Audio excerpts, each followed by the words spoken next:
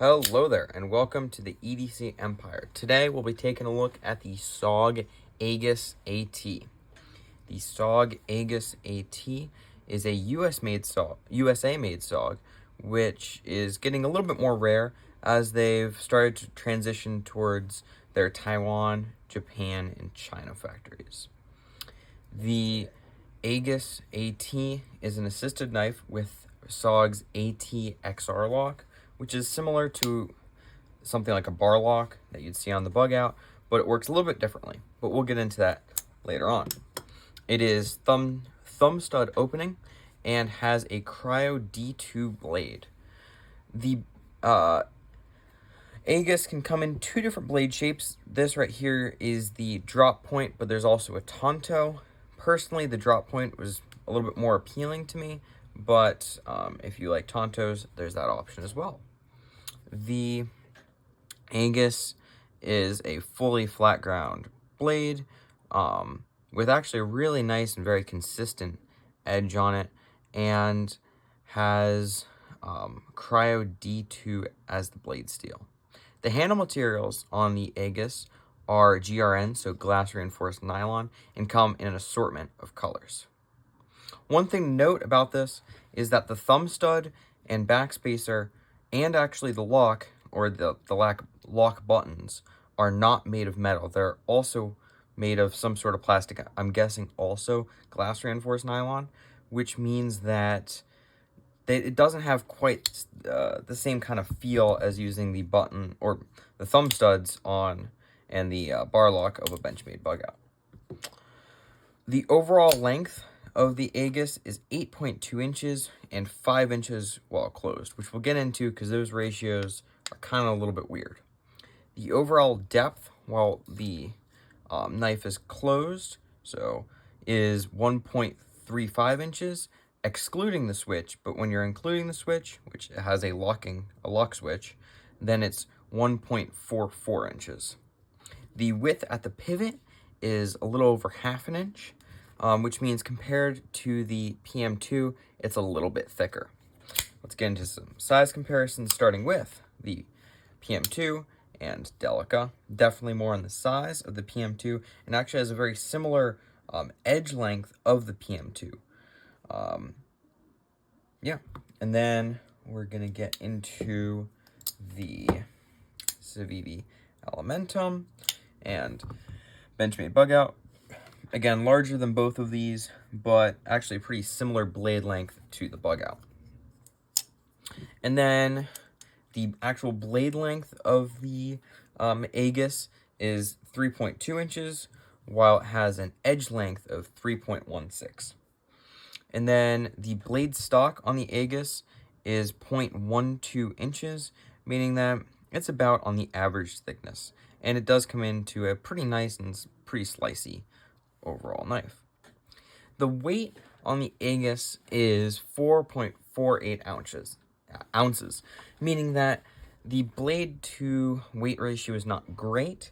However, it's not awful in my opinion, and it's a bit more of a, I don't know, tactical use. I don't really want to say that, but it's not a kind of gym shorts kind of knife. So I think that's more acceptable. Let's get into the action of the Aegis because it's very interesting. If you're familiar with something like the Kershaw Leak assisted, or that style of assisted knife, where there's definitely a very slight assist where it just barely gets it out, this is going to be very different from that. Think of it more as something similar to a ProTech in the feel of it.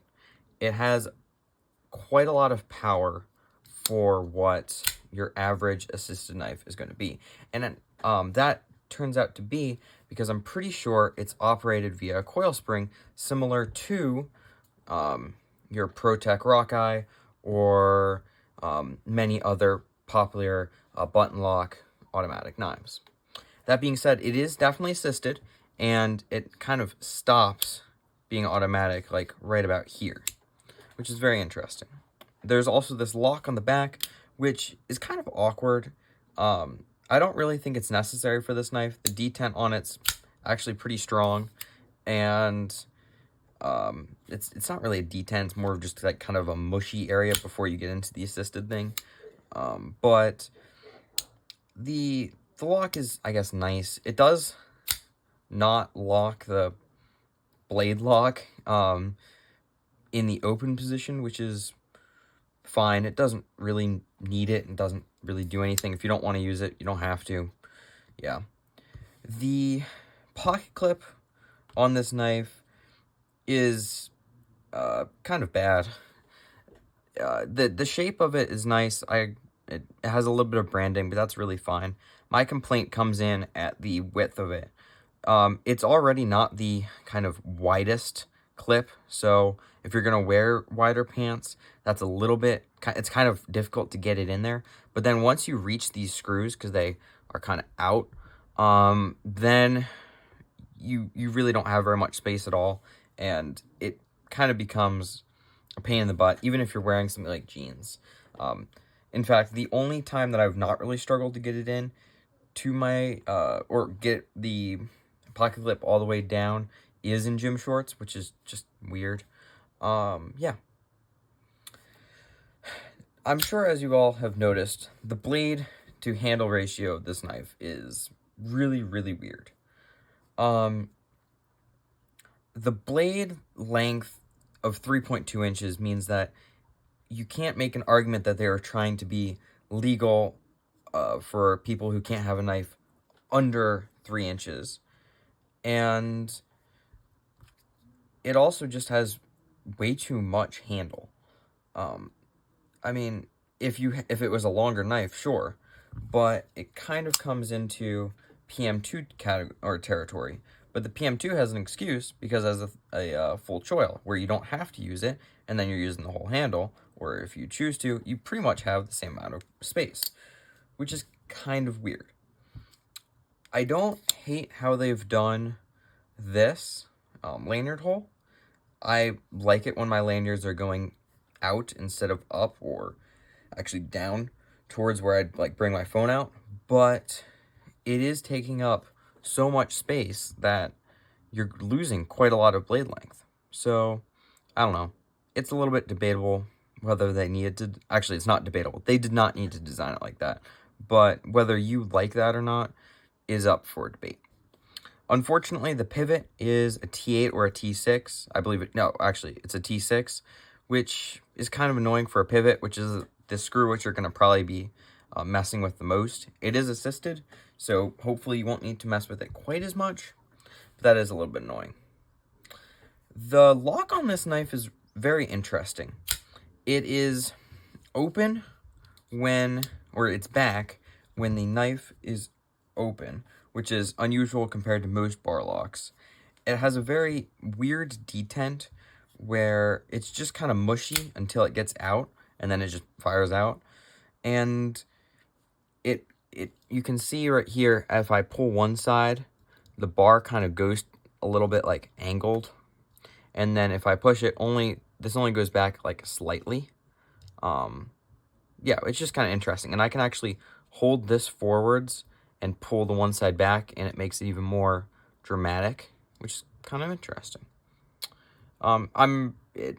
It basically, other than that, acts like a normal axis lock. So it'll be perfectly strong. It'll do whatever you want it to do. The colors that this comes in are a wide variety. You can get blue, like a dark blue with a light blue.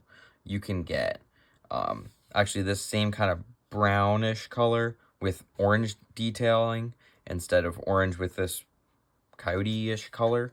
They call it tan. They've got red. They've got neon yellow, if that's your thing. Whatever colors you like, they've probably got it for you. Yeah.